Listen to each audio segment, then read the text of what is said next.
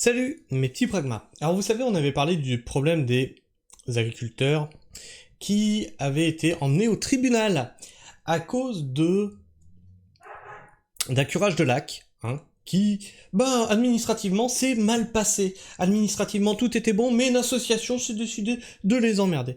Et dans les commentaires, quelqu'un m'a dit, attention, parce que dans cette région, tu risques d'entendre parler d'autre chose, de canons à gaz qui embêtent les voisins.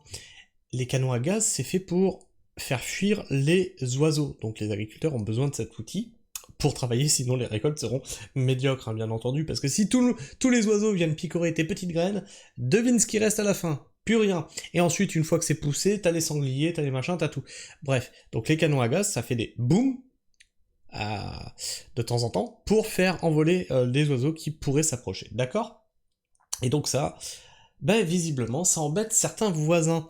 Mais c'est un outil de travail. Donc quand vous venez à la campagne, sachez qu'il y a des bruits. Oui, à la campagne, on travaille. On n'est pas là pour se reposer. Non, ce n'est pas un lieu ce n'est pas un center park, ce n'est pas un lieu de vacances pour bobos privilégiés. Non, c'est un lieu de travail pour agriculteurs. C'est un lieu de travail pour des artisans. C'est un lieu de travail pour tout un panel de personnes.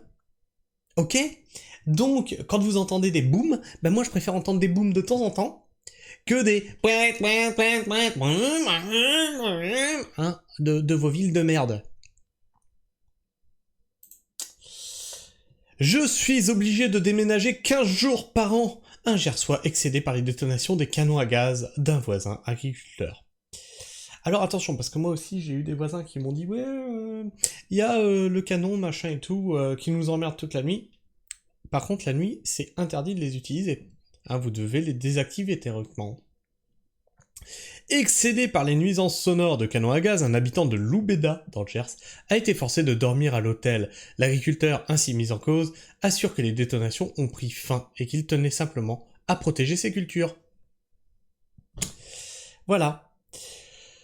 Au moins 15 jours dans l'année, je suis obligé de déménager pour pouvoir dormir. Alors, là par contre, c'est un souci. Si c'est la nuit, c'est un souci. Parce que la nuit, il n'y a pas d'oiseaux. Faut arrêter de dire des conneries. En haut de la colline de Loubeda, la demeure de Monsieur Croiset surplombe les terres agricoles de la commune voisine, Cravancères. Des champs à perte de vue entourent son jardin, un cadre idyllique pourrait-on croire. Mais avec l'arrivée de la période des cultures, la tranquillité de la demeure de Monsieur Croiset s'est transformée en un véritable enfer. Les responsables des canons à gaz, ou canons effaroucheurs. Je ne peux plus dormir, confie le résident. Les canons fonctionnent la nuit et les détonations sont insupportables. Donc là, il y a, on va dire, une incivilité de l'agriculteur. La journée, c'est autorisé. La nuit, quand il fait nuit, quand il fait noir, ils doivent être désactivés. Parce qu'il n'y a pas besoin d'effaroucher des oiseaux de nuit. De nuit, les oiseaux, ils bougent pas. Pendant toute la période des semences, Monsieur Croiset affirme avoir entendu ces canons jour et nuit. Et cela dure depuis 3 ans, ajoute-t-il. À bout de patience, il aurait tout tenté. La gendarmerie, les démarches auprès des chasseurs, mais rien n'y fait. J'ai contacté cet agriculteur pour lui demander quand tout cela prendrait fin. Mais ça a continué, assure Monsieur Croiset. Il s'est donc tourné vers la mairie pour porter réclamation. L'utilisation des canons a alors cessé. Mais je sais que ce ne sera pas suffisant. Cela reprendra, déplore-t-il. Pour lui, le cauchemar se poursuivra l'année prochaine. Il a donc décidé de saisir le procureur si aucune solution n'est trouvée, regrettant de devoir devenir délateur. Des cultures en péril. Moi, je veux simplement protéger mes cultures, confie l'agriculteur qui souhaite demeurer anonyme. Mes canons, je les utilise pour faire fuir les sangliers qui détruisent mes cultures. Ce sont des animaux nocturnes, donc je suis obligé de les faire fonctionner la nuit. Voilà, normalement c'est des effaroucheurs à oiseaux. Effectivement, les sangliers sont un problème. Et théoriquement, quand tu as des sangliers qui détruisent tes cultures, tu te retournes contre la fédération de chasse. Fédération de chasse que ces mêmes personnes là, amoureux de la nature quand ils viennent en campagne, mais il faut pas tuer les animaux tout mignons. Oui, mais les animaux tout mignons détruisent des cultures. Alors on fait comment ? Vas-y, explique-moi. Tu préfères les avoir dans ton salon peut-être ? Non.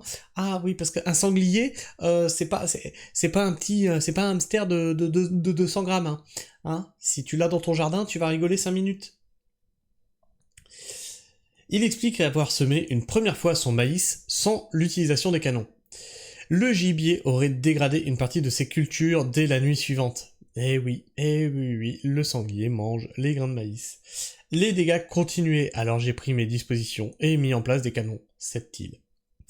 L'agriculteur confirme avoir reçu la visite de Monsieur Croiset, à qui il a assuré que son intention n'était en aucun cas de l'empêcher de dormir avec ses nuisances sonores. L'utilisation des canons s'est poursuivie quelques jours après la visite de ce voisin, jusqu'à ce que les cultures aient atteint une taille suffisante. Une fois arrivés à maturité, les sangliers n'y vont plus, explique cet agriculteur de Cravancères. Quid de la loi? Alors vous voyez que là, la situation est un petit peu compliquée, parce que effectivement, il y a le sanglier n'est pas un oiseau, mais est bien emmerdant, et il est bien emmerdant. À ce jour, aucune réglementation spécifique n'encadre l'utilisation des canons effaroucheurs. Cependant, le nombre de détonations, le temps écoulé entre chacune d'entre elles, la distance entre les canons et les habitations, ou encore la prise en compte des vents dominants, peuvent être réglementés par les arrêtés préfectoraux. Ah, c'est des arrêtés préfectoraux.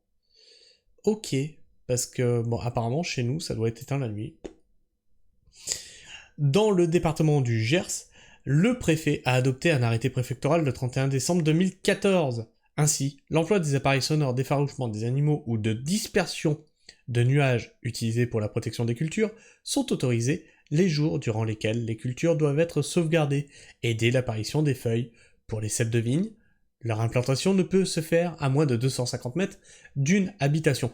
Je vous assure que même à plus de 250 mètres, tu l'entends bien. Hein. Non, si. D'une habitation de tiers ou d'un local régulièrement occupé par un tiers. Et leur fonctionnement est autorisé 1 heure avant le lever du soleil et 1 heure après le coucher du soleil. Voilà, donc pas la nuit.